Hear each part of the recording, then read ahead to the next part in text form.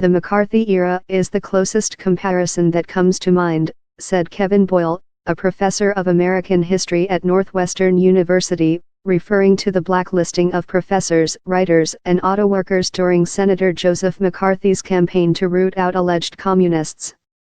Even then, I don't remember a case of a president explicitly calling for a particular American to be fired from private employment. And what does it say about our moment that the closest comparison is McCarthyism? Another academic pointed to Ronald Reagan, who in August 1981 fired more than 11,000 air traffic controllers who refused to quit their strike and go back to work. To strike as a group or refuse to cross a picket line as an individual are examples of free speech, said Elizabeth Tandy Shermer, an assistant history professor at Loyola University Chicago. But that case was different, as Reagan was taking a legal action and, under federal law, the air controllers weren't legally permitted to strike. But when the president urges an employer to punish employees who engage in free speech, that is against at least the spirit of the First Amendment, said Floyd Abrams, an attorney and expert on constitutional law. We would ordinarily look to a president to protect, not vilify, that spirit, Abrams added. An employer can impose certain rules that may abridge free speech rights at work. But we're really talking about Donald Trump here, said Wilma Liebman, the former chair of the National Labor Relations Board under President Barack Obama. If a football player is fired for kneeling and the team owner cites the fact that the president told him to do it, I think you have a First Amendment case, she said. Not everyone agrees. It'd be very hard if a player got fired to sue the president and say he's responsible, countered Erwin Chemerinsky, Dean of the University of California, Berkeley, School of Law. It'd be the team's decision to fire the player. But Trump calling for NFL players to lose their jobs is troubling for another reason, the president's critics say. It shows he treats the right to free speech as conditional rather than absolute.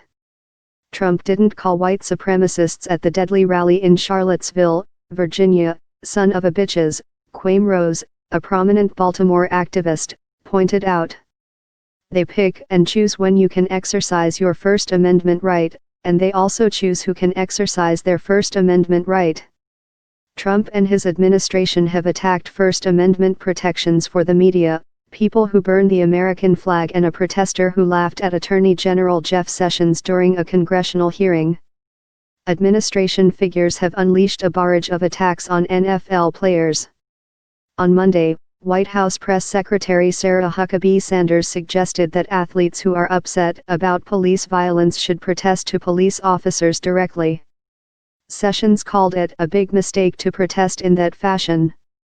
And Treasury Secretary Steve Mnuchin said that players can do free speech on their own time.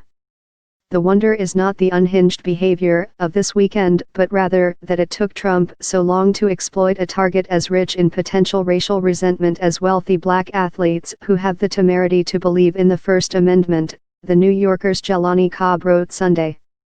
He's fine with punishing dissenters, so long as he abhors what the dissenters are saying, former Obama administration official Cass Sunstein wrote in Bloomberg View on Monday.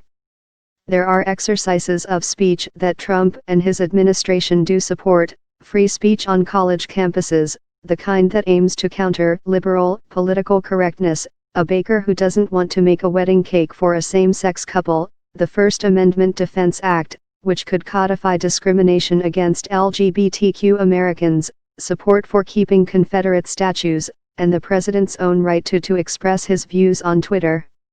Here, they are saying on the one hand you have the right of free speech to design a cake and not sell it to a same-sex couple, but you can't express yourself on something as central as whether you think there's racial justice in the country, said Paul Secunda, a law professor at Marquette University in Wisconsin. It's so inconsistent and so hypocritical, but then again, it doesn't surprise me or anyone else who has been watching this administration. There is one precedent for a president weighing in on an NFL athlete protesting racial injustice, but for the opposite reason.